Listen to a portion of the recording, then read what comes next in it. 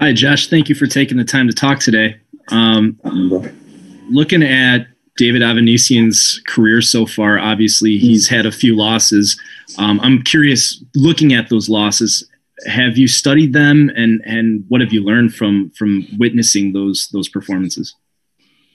Yeah, of course. You got to study. You got to study his wins as well as his losses, because, to be fair, I always judge people on the best performance. I never try and take them off what performance looks the worst version of them. So I try to study him more on his recent form and where he's at. I feel like there's plenty of chinks in the armour, and I can 100% show in this fight. So and exploit. So I just can't wait to get in there on Saturday night. As far as your last two performances, looking at Ray Robinson, tough fighter, tricky fighter, being a southpaw, Winston Campos, what did you learn from those fights, and is there any specific improvements that you're looking to show fans? Oh, there's huge improvements being made from both fights. Robinson went really under the radar. I mean, he's got a majority draw against Kavalauskas, who knocked out David, or stopped him. So, and Robinson's really tricky, awkward, experienced southpaw with like a lot of range, and he knows how to get there. I mean, he's in camp with Jerome Ennis all the time, so them two guys there are top class. So I've took plenty of positives from that, and thinking that was nearly 2 years ago now. Maturity has went up another level, and I've learned a lot. I've gained a lot of experience from that fight. Huge. Final question for me. I know, talking with Carl Graves, Avanesyan's trainer, just now, I asked him about where you rank on David's resume so far, and they put you lower on the list than some of the top names. Is this getting personal for you all the time, and things that have gone on in this time? Not at all. Not for me. Not for me. Not personal at all. It's a job. It's a business. They might take it personal, and if they do, then they're gonna fall into a big trap, because emotions in the boxing ring shouldn't be there. It should just be all. But you got to leave the emotions outside the ring. So listen, I'm happy they're taking it personal. I just put a smile on my face, go in and win on Saturday. Sounds good. Thank you, Josh, and best of luck. My man. Thank you, brother. Thanks, Jeremy. If we go to Danny Flexen from Seconds Out next, please. Hey, mate. How you doing? What's happening, bro? You good? Yeah, I'm good. How are you? All good, my man. Glad to hear it. This fight's been on again, off again. You've had to travel down from where your family are to work in Surrey with Adam Booth, of course. Yeah. And it's a growing young family as well. How hard has it been to leave them behind, particularly now you've got two kids rather than just the one? Yeah, of course it's hard. I mean, I think people going to work on the morning, leaving the kids for a day. Sometimes they miss them going to work for one day. Do you know what I mean? But I've got to be honest, this fight is totally took focus off everything else. It's just I've been laser focused for this fight. When I've been in the gym, it feels like nothing else exists. So I've been living in a little flat down Surrey, next to the gym. So it's been perfect for me. I've just been switched in and switched off, sort of thing. So it's been a perfect camp. We had Carl Graves on just before you. He said the main reason he can't see you beating his man is that you won't be able to deal with the intensity that David Avanesyan brings. That he'd be very surprised if you meet David head on. What do you make of those comments? Well, them who don't know must fail, my friend. So I think you're going to fail out on Saturday. David will walk into some shots and think, I can't keep pressing him like this. And if he does, the better for me, because I've trained for the highest pressure fight of my career. I'm ready for the pressure. So the higher it turns out, the better it is for me. But everything in my army to beat David on Saturday, and look spectacular doing it.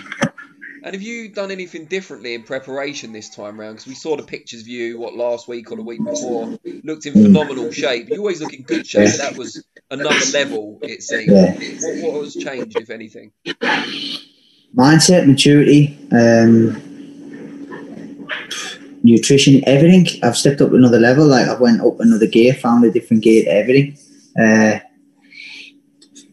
I mean, has the time elapsed between the first fight, what was ever meant to happen, and now done me good? Yes, of course it has. Has it done him good? I'm not sure. He's boxed Kerman Laraga, who's looked drained at the weight twice and was beating him the first time, got stopped, and he's beat the sort of a guy who just couldn't lay it down.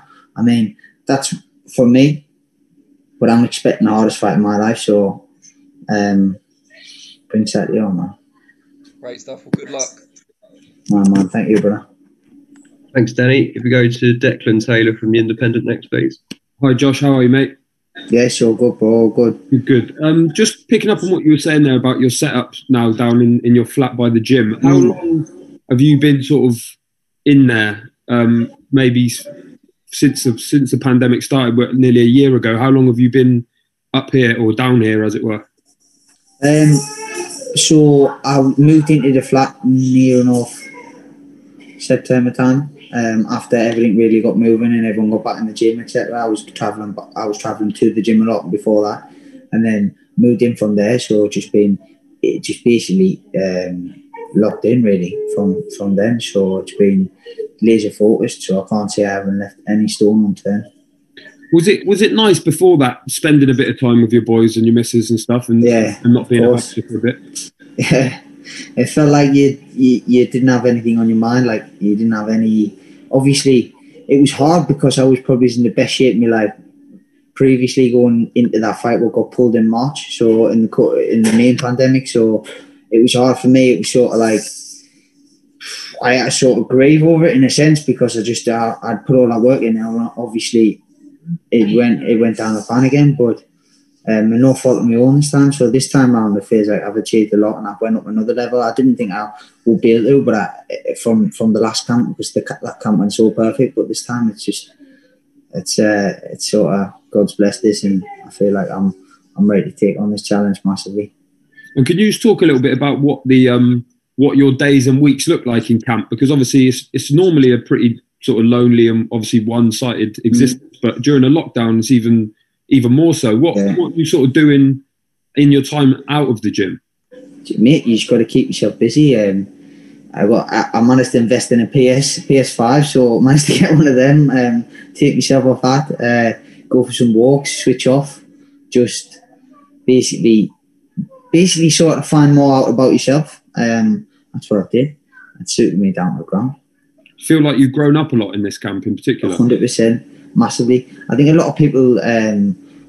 I was the youngest to turn over out of anybody from the Olympics, or out of the Team GB. So I was 20. I forgot I was 21 or 22. I'm only 26 now. So I mean, I've still got a lot of maturing to do, but I feel like this time in camp, physically, you can see I've matured mentally. I've matured, and everything's sort of coming into its sort of prime few years now. Just last one. I just asked Carl whether he thought that you'd be a better fighter or a different fighter now than you were back in December 2018 when the first fight was supposed to happen. He said probably not really. I'm guessing you feel a lot different. That's all that needs to be said. That's lovely work. Well, I haven't changed whatsoever, so keep it like that. Got a Guinness on the go there, Josh. Well, mate, Irish coffee. It's the way forward. Nice one. Cheers. Thanks for your time. Thank you, brother. Cheers.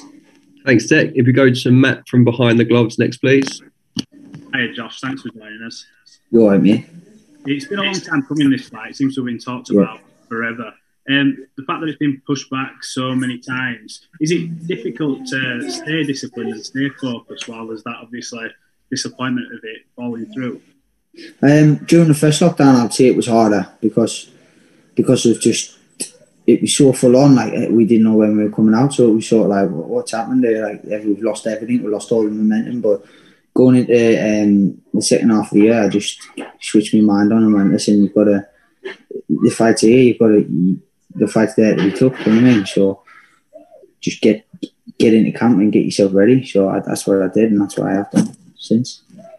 You recently, I've seen in an online interview, you said that you're the underdog and you enjoy being the underdog. This fight. Does that give you extra motivation, the fact that you feel like you could prove a lot of people wrong? There's always motivation in proving people wrong. I've always got a point to prove. Like, I love proving people wrong. I just love it. But at the end of the day, I go in there with one thing in mind, one thing in mind only all the time is to win and be the best I can be in there and just come out, me and him come out healthy and safe and go back our families healthy and safe, and that's obviously the main thing for everything. But I know on Saturday I'll be walking away with that European title. It's been it's been a good camp. Final one from me, Josh, just before you go. Right now, welterweight division is red hot this year. Everyone's hoping we get to see the likes of Errol Spence versus Terence Crawford. Who do you believe is the number one welterweight in the world right now, currently? Crawford. Yeah, Crawford, bro. I think he's got a lot of good attributes, and the fact that he can box, he's good in southpaw, he's kind of an orthodox position. I feel like he's a threat to a lot of boxes. Yeah. Good luck for Saturday, Josh. Appreciate your time. Thank you, brother. Thanks, Matt. If we go to James Lupton from Pro Boxing Fans next, please. You right? In terms of this fight, obviously, it's been a long time in the making. The first fight, when that was originally announced, Avanesyan was coming off a loss. Now he's coming back from 3 stoppage wins. You don't sound too impressed by those wins, but for him, his confidence should be high. Does that make him more dangerous? On Saturday night, no, but in mindset, it could be.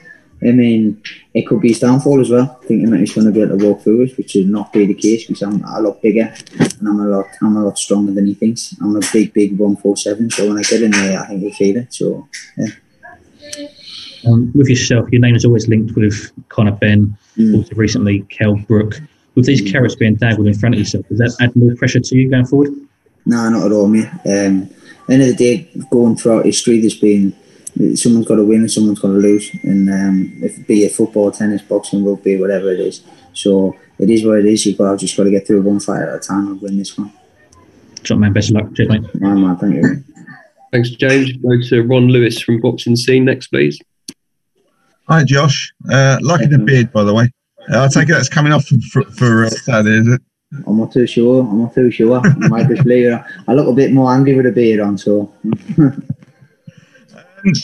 Obviously, when you turn pro, I mean, it's part of being in the sort of like Matchroom sort of Sky thing that there was a lot of hype and a lot of talk about you. How did you sort of cope with that? Because you were sort of a young lad then, and people were already chucking titles of future world champion at you when you hardly laced up some gloves as a pro. How did you cope with that, and has it got easier over time?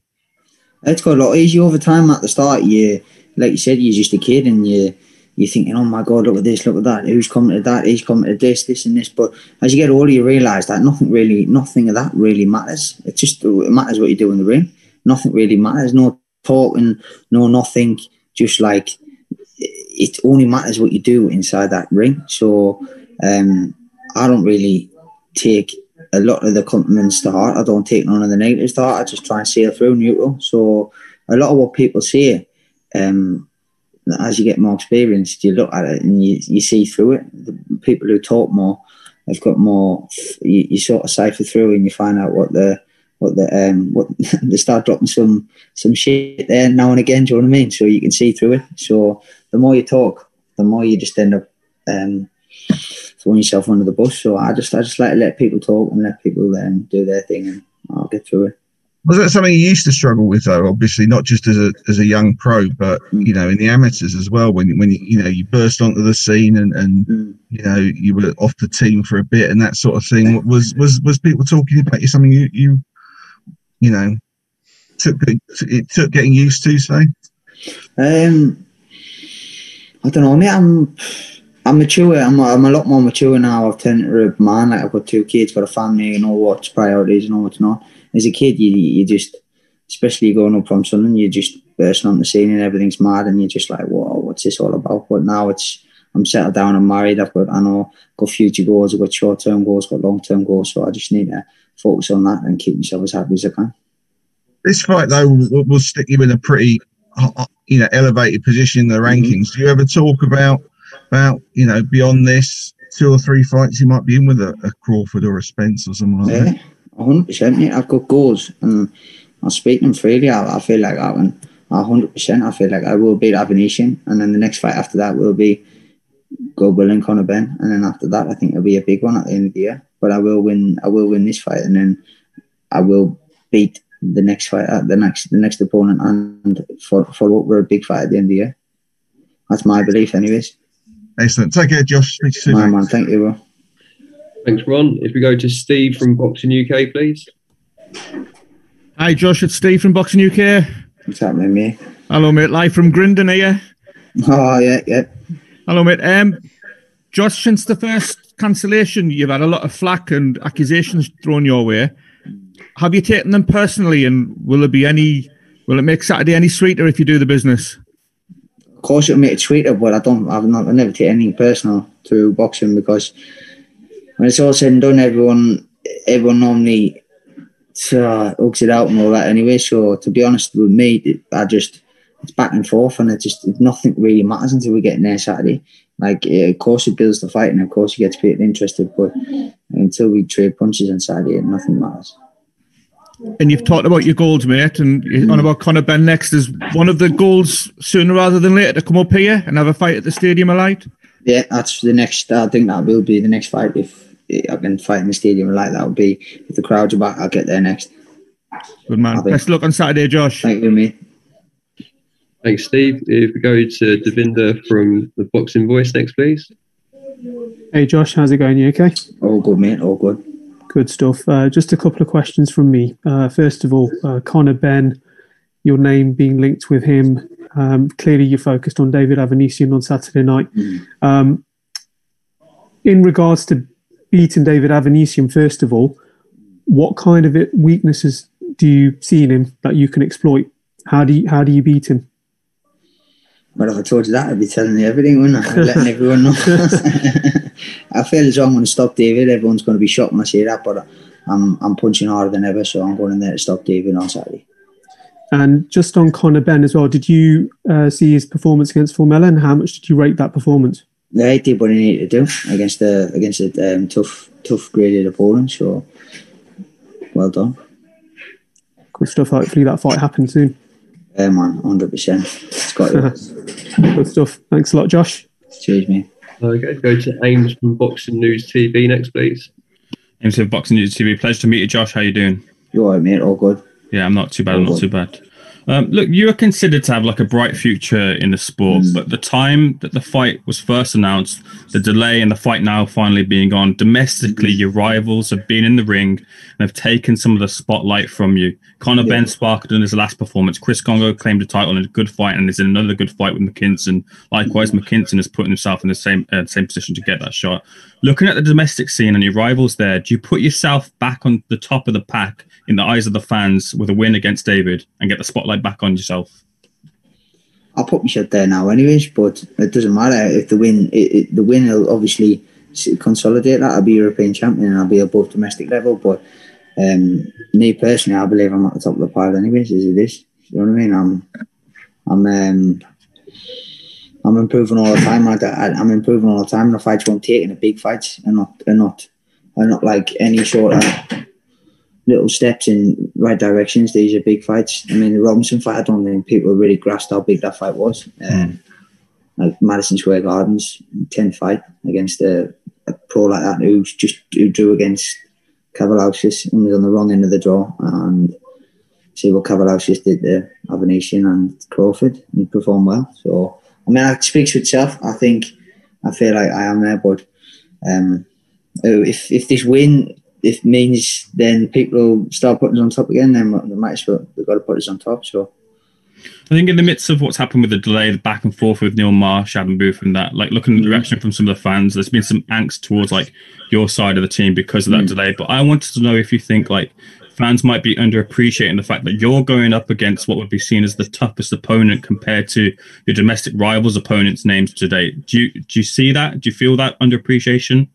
Well, yeah, but like I said previously, I think that you've got to just in this boxing game, you be loved one day and you be hated the next, like everyone says. So, or you can be hated one day and you be loved the next. So you can't be taking nothing to heart. You got to just ride the wave, as they say, and keep yourself focused on your craft. Like, just don't be thinking about what this man's saying, that man's saying, or this guy or that guy there. Just go into the gym, get your stuff done. As long as you're improving and making strides in the gym, then it should show out in the fight. Is the inactivity like finally behind you now? I mean, I think the inactivity was probably, it's been due to COVID, really, to be fair. But I thought December was ready to fight March, so I was going to be fighting March, then straight back in June, July time. So obviously that prolonged it, the COVID, and then this is the first fight since that. So if you think of things, it's been more to do with the COVID than the situation myself.